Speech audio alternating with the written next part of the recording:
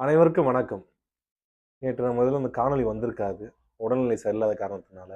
இன்னைக்கும் உடல்நிலை சரியில்ல. ஆனா நேத்த விட கொஞ்சம் பரவாயில்லனால, நம்ம காணொளி போட்டுருவோம்.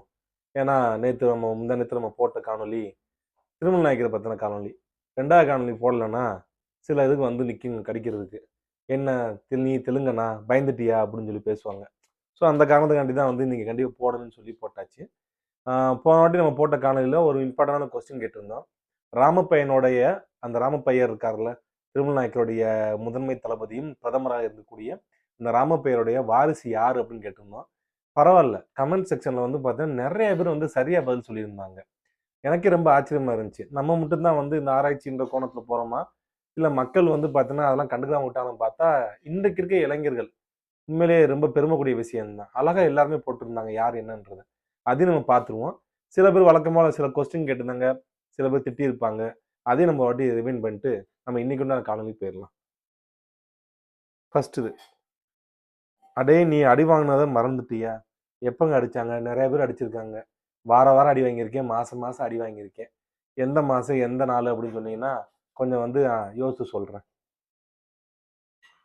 சமணர்களை கழுவேற்றிக் கொன்றது யாருன்னு உனக்கெல்லாம் சொல்ல முடியுமா? இதுக்கும் நம்ம போட்ட காணொளிக்கு என்ன சம்மந்தம்? அடுத்து, சுப்பிரமணிய சுவாமி. எக்ஸாக்ட்லி. இன்னைக்கு இந்திய அரசியலையே ஓரளவுக்கு புரட்டி போடக்கூடிய ஒரு ஆள் யாருன்னா, அது சுப்பிரமணிய சுவாமி தான். இவர் யார பத்தி வேணாலும் என்ன வேணா விமர்சனம் வைப்பாரு. எவ்வளவு கேவலமா வேணா பேசுவாரு. ஒரு நாட்டோட பிரதமரையே வந்து பார்த்தீங்கன்னா வந்து என்ன வேணா பேசுவாரு. ஆனா, அவர யாரும் கைது பண்ணவும் முடியாது.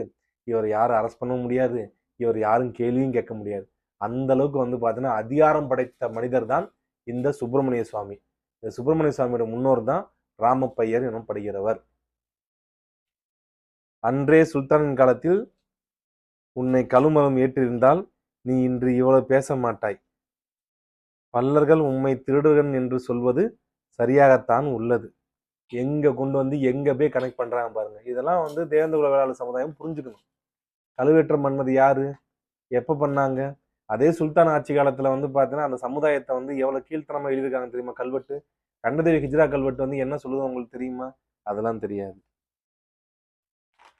என்ன இந்த உருட்டு செப்பேடுகளையும், உருட்டு ஓலைச்சுவடிகளையும் உருவாக்குபவர்களுக்கு தாங்கள் போடும் இந்த காணொளி வரப்பிரசாதம் ஆகி போய்விடுமே அண்ணா. தாங்கள் இன்று இதில் கூறும் பிழைகளை அனைத்தையும் அவர்கள் அடுத்த முறை சரி செய்து புது செப்பேடுகளையும், புது ஓலைச்சுவடிகளையும் தயார் செய்து விடுவார்கள். எவ்வளவு தயார் பண்ணாலும் சரி, எவ்வளவு தயார் பண்ணாலும் சரி, எவ்வளவு உருவாக்குனாலும் சரி, நம்ம அதுல இருக்க உண்மைத்தன்மைய நம்ம அதுல வந்து கரெக்ட்டா வந்து ஏதாவது ஒரு விஷயம் வந்து காட்டிக் குடுத்துரும். ஒரு போலீஸ் சொல்லுவாங்க. என்னதான் வந்து குற்றவாளி பெரிய ஒரு அறிவாளியா இருந்தாலும், அவன் ஒரு தடயத்த வந்து விட்டு போயிருப்பான். ஒரு சின்ன மிஸ்டேக் பண்ணியிருப்பான் அப்படின்ட்டு. இப்ப நம்ம போன காணொளி போட்டதுல வந்து எல்லாமே நல்லா இருந்துச்சு. ஆனா கடைசியா என்ன பண்ணாங்க? வருஷத்த தவற விட்டாங்க. வருஷம் மட்டும் கிடையாது. எழுத்து முறைமையும் வந்து பார்த்தீங்கன்னா, அதுல தவறா தான் இருக்கு. அதுல ஈஸியா கணிச்சுருவாங்க அத பார்த்துட்டு. ஸோ அந்த மாரி அவங்க என்னதான் புதுசு புதுசா ரெடி பண்ணி கொண்டு வந்தாலும், நம்ம அத புடிச்சிடலாம். சூனா சாமி. அடுத்த வெடி வெள்ளியங்குன்றம் கவுடாவுக்கு தான். உண்மைதான். அடுத்து வந்து பார்த்தீங்கன்னா, இன்னைக்கு போடப் போற வீடியோ அவங்கள பத்தி தான் போட போறோம். உருட்டு உருட்டு. சுப்பிரமணிய சுவாமி. நம்ம பெரும்பள்ளி வந்திருக்காரு. சுப்பிரமணிய சுவாமி. நிறைய வரலாறு புனைவுகள் தான். அங்க கை வச்சு, இங்க கை வச்சு அடிமடியில் கை வைக்கிற கள்ளழகர் கோவில் கள்ளர் சமாதியா? அப்போ ராக்காயம்மன் அந்த சமாதி வைக்கிறவர் தங்கையா? இதெல்லாம் ஒரு பிழைப்பா? யார் இது? ஆ ரிப்ளைலயே போட்டாங்க அவர் யாருன்னு சொல்லிட்டு. Right okay. டேய் ஆம்பளையா இருந்தா கண்டதேவி கல்வெட்டு பத்தி பேசுடா. தெலுங்கன் வந்தா ஜாதி உருவாக்குனா, ஜாதி என்பது தமிழனால் உருவாக்கப்பட்டது. உண்மை தெரிஞ்சு அந்த கல்வெட்டு ஜாதி ஏற்றத்தாழ்வு தமிழ் சமூகத்தில் எப்போது இருந்தே இருக்கு. கீழ் ஜாதின்னு சொல்றான். ஒரு அப்பனுக்கு பிறந்தா கண்டதேவி கல்வெட்டு பத்தி பேசு. தெலுங்கு இனம் எங்கள் சமுதாயத்தின் நட்பில் அடையாளம். இன்று நாங்கள் அண்ணன் தம்பிகளாக இருக்கின்றோம். கண்டிப்பா கண்டதேவி கல்வெட்டை பத்தி நான் போடுவேன். நேரடியாவே அந்த கல்வெட்டை பார்த்து அதை வீடியோ எடுத்தே போடுறேன். அதுவும் இந்த மாசம் இல்ல, அடுத்த மாசத்துக்குள்ள நான் கண்டிப்பா போறேன் நான். உருட்டு. லூசு மெண்டல் சைக்கோபாத் சுவாமி. அடுத்து இந்த கண்டிநாயக்கரை பத்தி போட்டிருக்காங்க. மாரவர்மன் சுந்தரபாண்டியன் தானே ஐயா? இல்ல மாரவர்மன் சுந்தரபாண்டியன் கிடையாது. இது மாரவர்மன் சி வல்லபர் பாண்டியன் அப்படின்னு சொல்லுவாங்க. இவர் வேற. சுப்பிரமணிய சாமி ராமப்பையர் வாரிசு.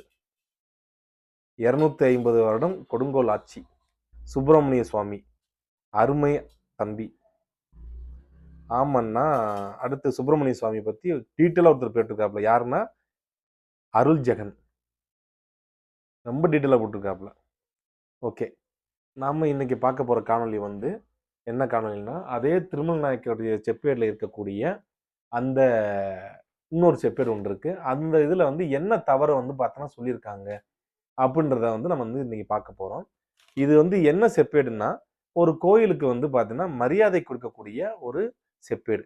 இந்த செப்பேடானது வந்து யார்கிட்ட இருக்குன்னா வந்து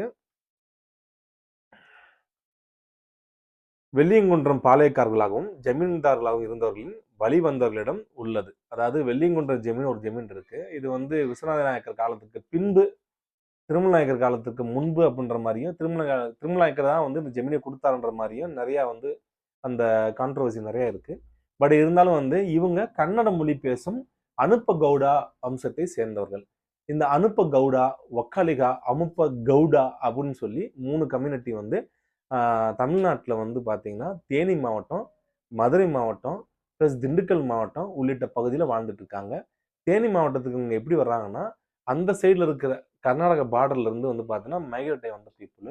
இவங்க வந்து யார் காலத்தில் வந்து அதிகம் வரப்பட்டதுன்னா வந்து நம்ம சுப்பிரமணிய சுவாமியோட முன்னோர்களாகிய ராமப்பையர் காலத்துக்கட்டத்தில் தான் வந்து இவங்க தமிழ்நாட்டுக்கு வந்து வந்ததா நிறைய வந்து பார்த்தீங்கன்னா ஆதாரங்கள் வந்து சொல்லப்படுகிறது. அது மட்டும் இல்லாமல் இவங்க தமிழ் மொழியை வந்து தாய்மொழியாக கொண்டவர்கள் அல்ல. இவர்களுக்கு வந்து பார்த்தீங்கன்னா 2 ஜமீன் இருக்கு. ஒன்று சிறுவாலை ஜமீன், இன்னொன்று வந்து பார்த்தீங்கன்னா இங்கே மதுரைக்கு வெள்ளியங்குன்ற ஜமீன், இன்னொரு ஜமீன் ஒன்று இருக்கு தேனி மாவட்டத்தில் கோம்பை ஜமீன் சொல்லுவாங்க. அவங்களும் வந்து இந்த வம்சத்தை சேர்ந்தவர்கள் தான் வந்து சொல்லப்படுகிறது. ஆக இவங்களோட கையில தான் வந்து இந்த செப்பேடு மாதிரி இருக்கு. சரி, இந்த செப்பேட்டோட சாராம்சம் என்னன்னு சொல்லி வந்து நம்ம படிச்சு பார்த்துருவோம். அதாவது ஃபர்ஸ்ட் வந்து மகாமண்டலேஸ்வரன் சொல்லுகின்ற அந்த நாயக்கர்களுடைய இந்த செப்பேட்டோட ஆரம்ப கட்ட வரிகள்ல திருமல் நாயக்கருடைய புகழை வந்து பார்த்தோன்னா பாடும் விதமா மகாமண்டலேஸ்வரன் சொல்லி வந்து அந்த மெய்கீர்த்தியானது பாடப்படுகிறது. பாடி முடிச்சதுக்கு அப்புறம் வந்து பார்த்தோன்னா கனகராமைய கவுண்டருக்கு வந்து பார்த்தீங்கன்னா இது வந்து எழுதி கொடுத்தா சொல்றாங்க. ஆனா கனகராமைய கவுண்டர்னு சொல்லி வந்து இந்த அனுப்ப கவுடாக்கள் வந்து எந்த இடத்துலையும் கல்வெட்டுல மென்ஷன் பண்ண மாதிரி எந்த ஒரு குறிப்பும் கிடையாது. ஆனா இதுல வந்து கனகராமைய கவுண்டர் அப்படின்னு சொல்லி வந்து பார்த்தீங்கன்னா மென்ஷன் பண்ணியிருக்காங்க.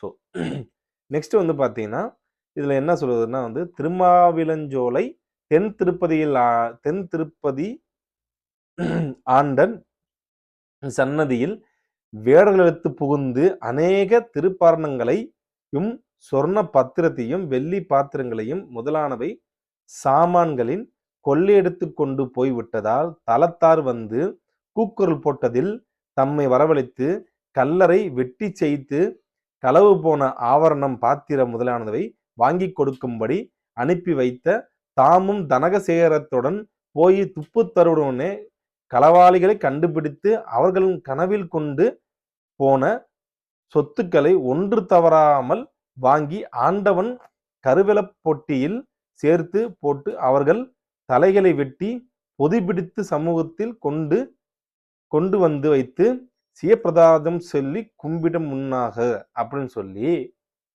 இந்த செப்பேடு வந்து இன்னும் லென்த்தா போகும். அதுக்கப்புறம் அவருக்கு என்னென்ன செய்யணும், என்ன மரியாதை செய்யணும்னு சொல்லலாம் வந்து நிறைய போதும்.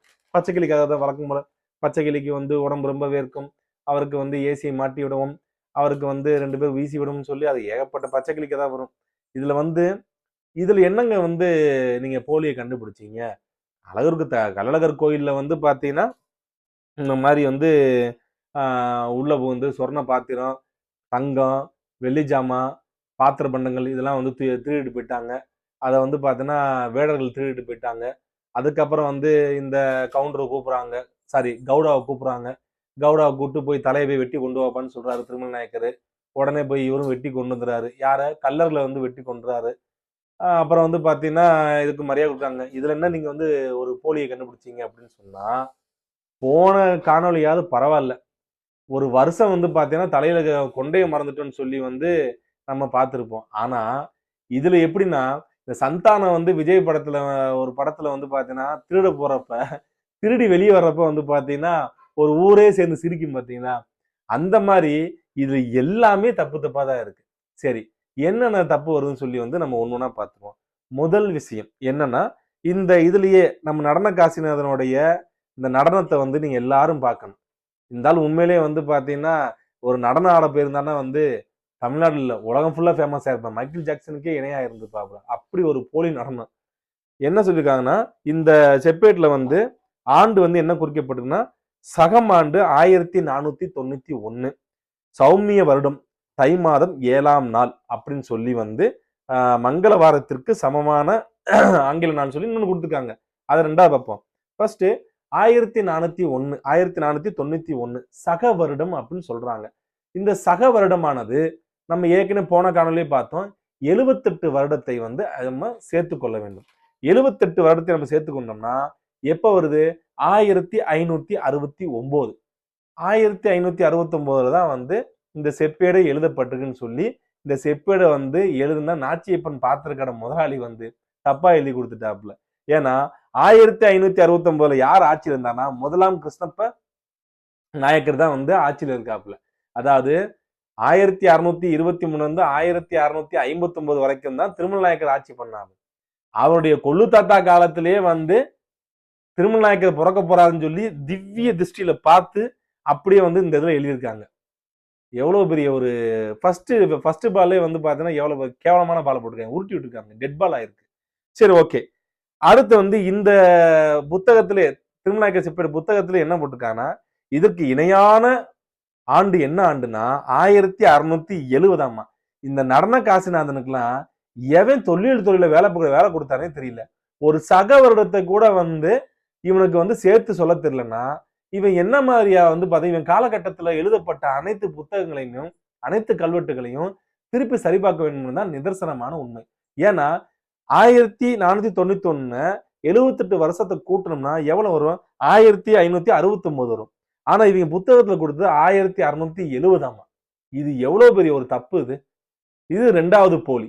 மூணாவது போலி என்னன்னா சரி அதைத்தான் கொடுத்திருக்கியே திருமல் நாயக்கர் வந்து பார்த்தா செத்து போன வருஷம் கூட அவனுக்கு தெரியாது, நீ வந்து தொல்லியல் ஆய்வாளர் வேற. 1670 திருமல் நாயக்கர் செத்துட்டாருங்க. 1659 அவரோட ஆட்சி ஆண்டு முடிவுன்றது அவர் இறந்தும் போயிட்டாகணும். 1670 போட்டு வச்சிருக்க. அப்ப அதுவும் தப்பு. இந்த வருஷங்கள் வந்து இந்த ஒரே இதுல ஒரு இயர் கால்குலேஷன்லயே எவ்வளவு சுத்தி சுத்தி வருது பாருங்க. அடுத்து சரி இதுக்கப்புறம் வந்து பாத்தீங்கன்னா என்ன நடக்குது, அந்த நம்ம வாசிச்சு பார்த்தோம் பார்த்தீங்களா, களவாண்டுறாங்க திருடுறாங்க அப்படின்ட்டு. முதல் வரியில வந்து என்ன சொல்றாங்கன்னா வேடர்கள் வந்து திருடிட்டு போயிட்டதா சொல்றாங்க இந்த செப்பு பட்டயத்துல. வேடர்கள் திருடுனதுக்கு இங்க வந்து என்ன சொல்றாரு திருமல் நாயக்கர், கல்லர்கள் தலையை போய் வெட்டிட்டு வான்னு சொல்றாங்க. எதுக்காக இந்த விஷயத்தை கொண்டு வராங்கன்னா இந்த கள்ளழகர் திருக்கோயில்ல வந்து அங்க இருக்கிற தேரோட்டத்துல வந்து 4 நாட்டார்கள் சொல்லப்படுகின்ற அவங்களுக்குரிய மத்த மேல் நாட்டவர்களுக்கு 4 வடத்தை புரிந்து தொட்டு பிடிச்சி இழுக்கிறாங்க. அதுல வந்து நடுவளவு வடக்கு வளவுன்னு சொல்லி வந்து நிறைய அம்பார்கள் வந்து பாத்தீங்கன்னா அதை இழுத்துட்டு போவாங்க. அவங்கதான் வந்து அந்த தேரோட்டத்தை நடத்துகிறது. அதுக்குண்டான கோயிலுக்குண்டான மரியாதைகளும் அவங்களுக்கு இருக்கு. இந்த மரியாதைகளை வந்து தனக்கும் பெற வேண்டும் என்ற ஒரே நற்பாசைக்காக ஒரு தமிழ் சமூகத்தை இழிவுபடுத்தியும் அதை போலியாக சித்தரித்தும் இந்த கவுடாக்கள் இப்படி பண்ணியிருக்காங்க. இதுதான் நிதர்சனமான உண்மை. இது தெரியாம இந்த கல்வெட்டை தூக்கிக்கிட்டு இந்த செப்பேடை தூக்கிக்கிட்டு நம்ம ஜெராக்ஸ் குரூப்பும் இன்னும் சில வந்து பார்த்தோன்னா வந்து குரூப்பும் தூக்கிக்கிட்டு ஒவ்வொரு வாட்டியும் வந்து கள்ளழகர் ஆத்து இறங்குறப்பெல்லாம் வந்து இதை கொண்டு வருவாங்க. ஆக ஒரு விஷயத்த நல்லா புரிஞ்சுக்கணும். நீங்க வந்து தமிழ் சமுதாயத்துக்குள்ள வந்து சாதி வெறி பிடித்து நீங்க வரலாறை வந்து மாற்றம் நினைத்து புது புது வரலாறை வந்து உருவாக்குவதும் அதை வந்து ஒரு சமுதாயத்துக்கு எதிராக வந்து பார்த்தா உருவாக்குறதும் நீங்க என்ன நினைச்சாலும் நடக்காது. ஏன்னா இது 1970 வந்து பார்த்தா உருவாக்கப்பட்ட பட்டயம். இப்போ 2026 கிட்டத்தட்ட 50 ஆண்டுகளுக்கு பின்பு வந்து பார்த்தா இது உடைக்கப்பட்டு விட்டது. அது போலதான் நீங்க எழுதுறது. ஆனா இதுக்காவது வந்து காலம் 50 ஆண்டுகள் வந்து கிடைச்சிச்சு. ஆனா இப்ப நீங்க உருவாக்குற எந்த ஒரு ஜெராக்ஸ் குரூப் எது உருவாக்குனாலும் அது அடுத்த நாளே உடைக்கப்படும். ஏன்னா வரலாறு என்பது வந்து பாத்தீங்கன்னா வெறும் கல்வெட்டுனாலை மட்டும் செப்பேடுகளால் மட்டும் இலக்கியத்தினால மட்டும் மாணவியலால் மட்டும் வந்து வச்சு முடிவு பண்ண முடியாது. ஏன்னா அது வந்து பாத்தீங்கன்னா ஒன்றோடு ஒன்று பின்னி பிணைந்தது. இதுல வந்து டாப் மோஸ்டா இருக்கிறது வந்து இன்ஸ்கிரிப்ஷன் அடுத்து வந்து பாத்தீங்கன்னா இலக்கியங்கள், இலக்கியத்துக்கு அடுத்து பாத்தீங்கன்னா மானுடவியல், கடைசியா தான் வந்து செப்பேடு வரும். ஏன்னா ஏகப்பட்ட போலி செப்பேடுகள் வந்து பாத்தீங்கன்னா தமிழ்நாட்டுல வந்து இருந்து கொண்டேதான் இருக்கிறது. ஆக இந்த கல்வெட்டு வந்து பாத்தீங்கன்னா இந்த செப்பேடை வந்து பாத்தீங்கன்னா தயவு செய்து உங்க கண்ணில் யாராவது இதை போட்டு பண்ணாங்கன்னா இந்த காணொலியோட லிங்க் வந்து கொடுங்க. இன்னும் வந்து என்னென்னலாம் பண்ணியிருக்காங்கன்னு தெரியல. அடுத்தடுத்த செப்பேடுல வந்து அடுத்தும் சில விஷயங்கள்லாம் இருக்கு.